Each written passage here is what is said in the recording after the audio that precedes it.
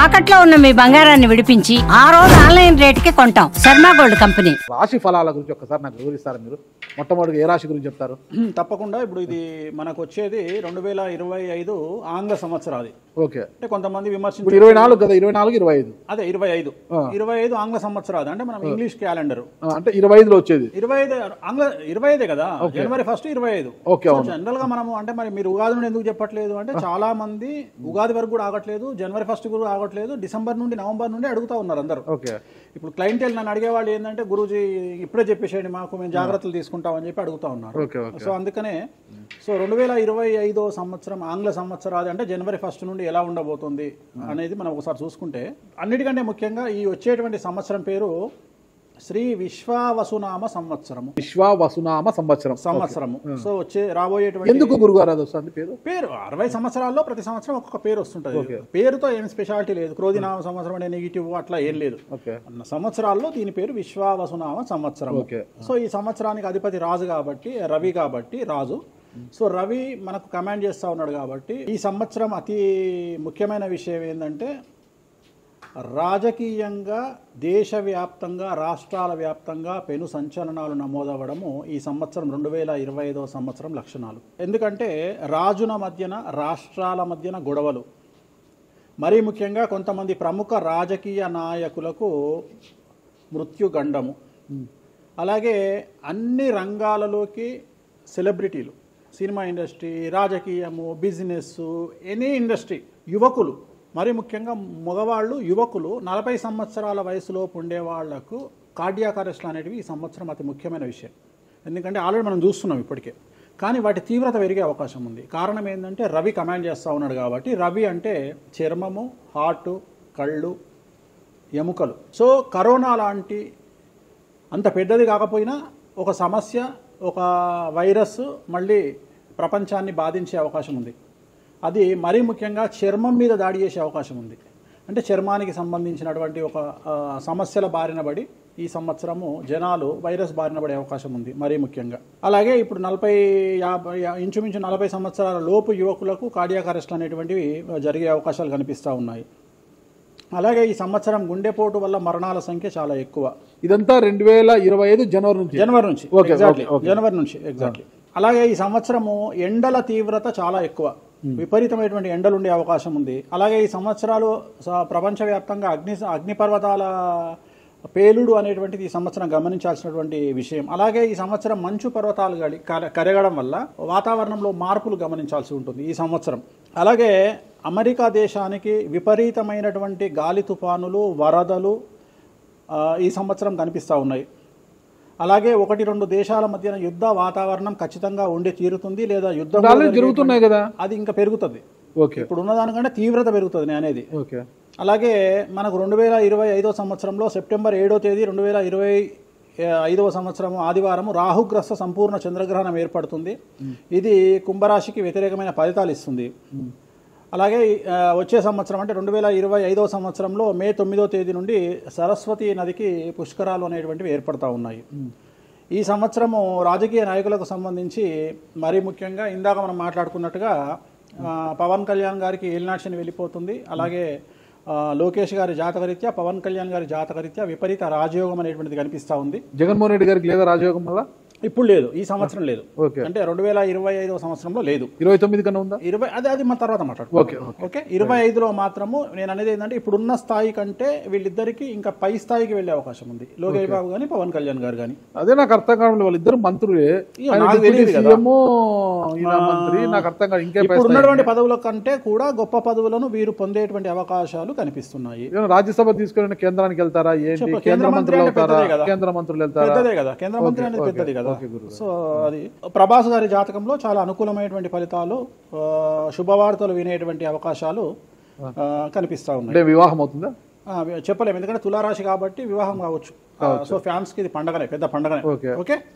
So ఇది overall గా ఇంకా బేసిక్ డీటెయిల్స్, అంటే ఓవరాల్ 2025లో ఎలా ఉంటుంది.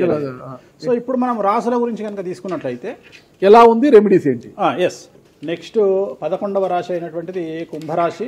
11వ రాశి కుంభరాశి. ఈ సంవత్సరం కుంభరాశి వారికి ఆదాయం 8, వ్యయం 14, రాజపూజ్యం 7, అవమానం 5.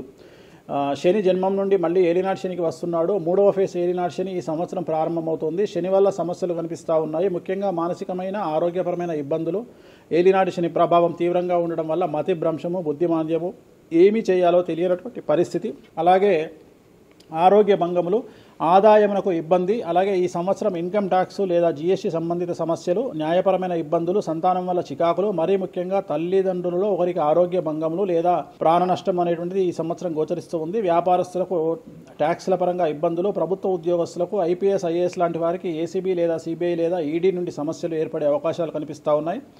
అలాగే వాహన ప్రమాదాలు గోచరిస్తూ ఉన్నాయి. రాత్రిపూట ప్రయాణాలను వాయిదా వేసుకోండి. అలాగే దోష నివారణలు అనగా నల్ల రంగు బట్టలకు దూరంగా ఉండండి. బ్లూ కలర్ దుస్తులను ఎక్కువగా ధరించండి. తిరునల్లార్ శనీశ్వర ఆలయంలో ప్రత్యేకమైన శని పూజ నిర్వహించుకోవడం వల్ల ఈ సమస్యల నుండి బయటపడతారు.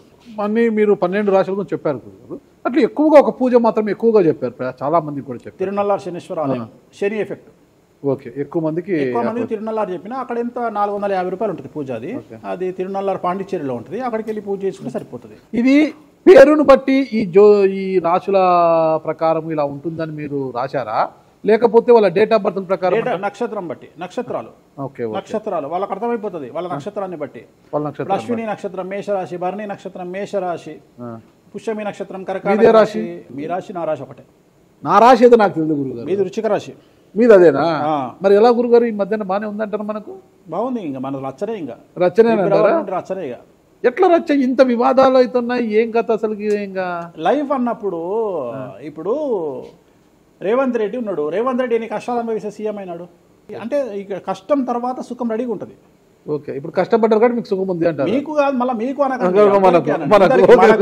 మనకు అందరికీ. ప్రతి మనిషి జీవితంలో పండ్లున్న చెట్టుకే రాయి దెబ్బలు, అంతేగాని పళ్ళు లేని చెట్టుని ఎవడు పట్టించుకుంటాడు? పళ్ళు ఉంటేనే దాన్ని రాయి చేస్తారు. అట్లనే మనం కూడా అంతే అండి. వేణుస్వామి అంటే పూజలకు పెట్టింది పేరు.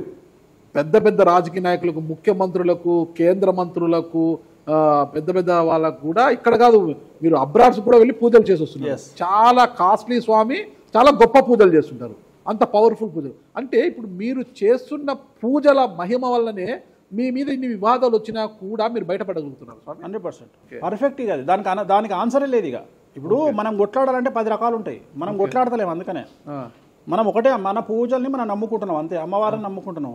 ఇప్పుడు ఒక్కొక్క సమస్యకి ఒక్కొక్క అమ్మవారు పరిష్కరిస్తుంది దశమహావిద్యల్లో. మనం అదే చేస్తున్నాం. ఇప్పుడు నేను ఒకటే మాట చెప్తా, కాంట్రవర్సీస్ వచ్చినాయి, మీరు అడిగినరు, ఎన్ని సమస్యలు వచ్చినాయి. జనాలు ఏం ఆలోచిస్తారంటే వేణుస్వామి ఈ సమస్యల నుండి బయటపడతాడా, పడితే ఎలా పడతాడు?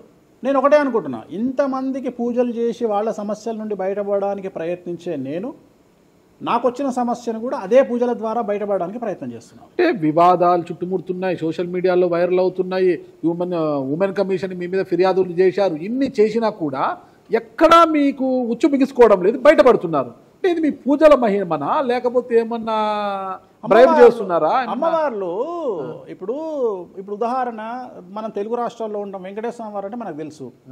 ఇప్పుడు తమిళనాడులో పెరుమాళ్ అంటారు వెంకటేశ్వర స్వామిని. అదే నార్త్ ఇండియాకి వెళ్తే బాలాజీ అంటారు. వాళ్లకు బాలాజీ అంటే చాలా భయం. అలాగే మన రాష్ట్రంలో మనకు తెలిసిన వాళ్ళకి కామాఖ్యలో ఉండే అమ్మవారు అంటే భయం. కానీ తెలియని వాడికి భయం ఉండకపోవచ్చు, వాడు ఇష్టం వచ్చినట్టు కామెంట్ చేయొచ్చు అమ్మవారు. చాలా మందికి మీరంటే భయం అనుకుంటా, అంటే మనం చేసే పూజల వల్ల ఉండొచ్చు. ఓకే, నేను అనేది ఏంటంటే, నేను చేసే అదే ఇందాక మనం మాట్లాడుకున్నప్పుడు అదే చెప్తున్నా, వామాచారంలో పూజలు చేయాలంటే భయపడతారు.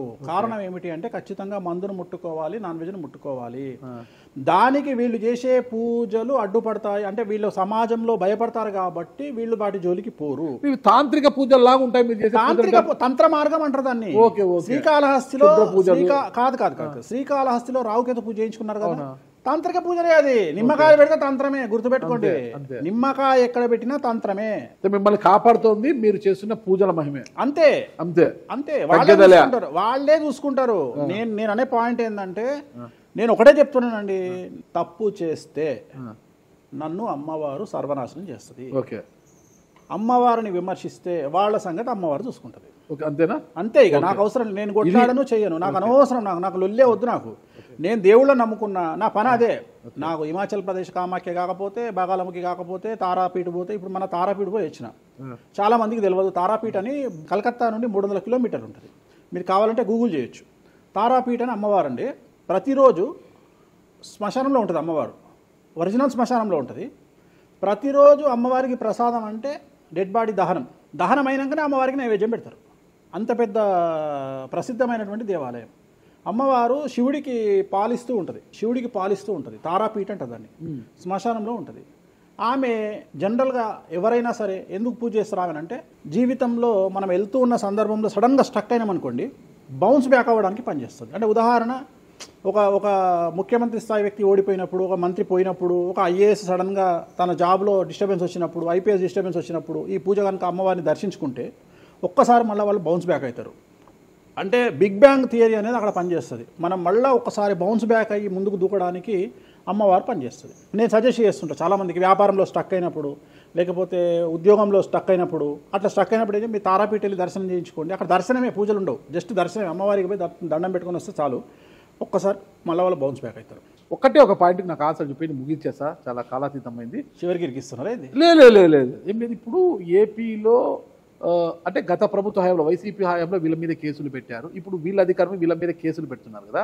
ఈ కేసుల పరంపర ఇలా కొనసాగి జగన్మోహన్ రెడ్డి గారు జైలుకి వెళ్ళే అవకాశం ఉంది. వచ్చే సంవత్సరం మే 9వ తేదీ వరకు అవకాశం ఉంది, దాటితే లేదు. ఇది ఓవరాల్గా వేణుస్వామి గారు ఇచ్చారు. మీకు ఏదైనా అనుమానాలు ఉన్నా డైరెక్ట్గా వేణుస్వామి గారికి ఫోన్ చేయండి, మీ అనుమానాలను నివృత్తి చేసుకోండి. థ్యాంక్ యూ గురుగారు, నమస్తే. ఓకే, ఓం నమో వెంకటేశాయ.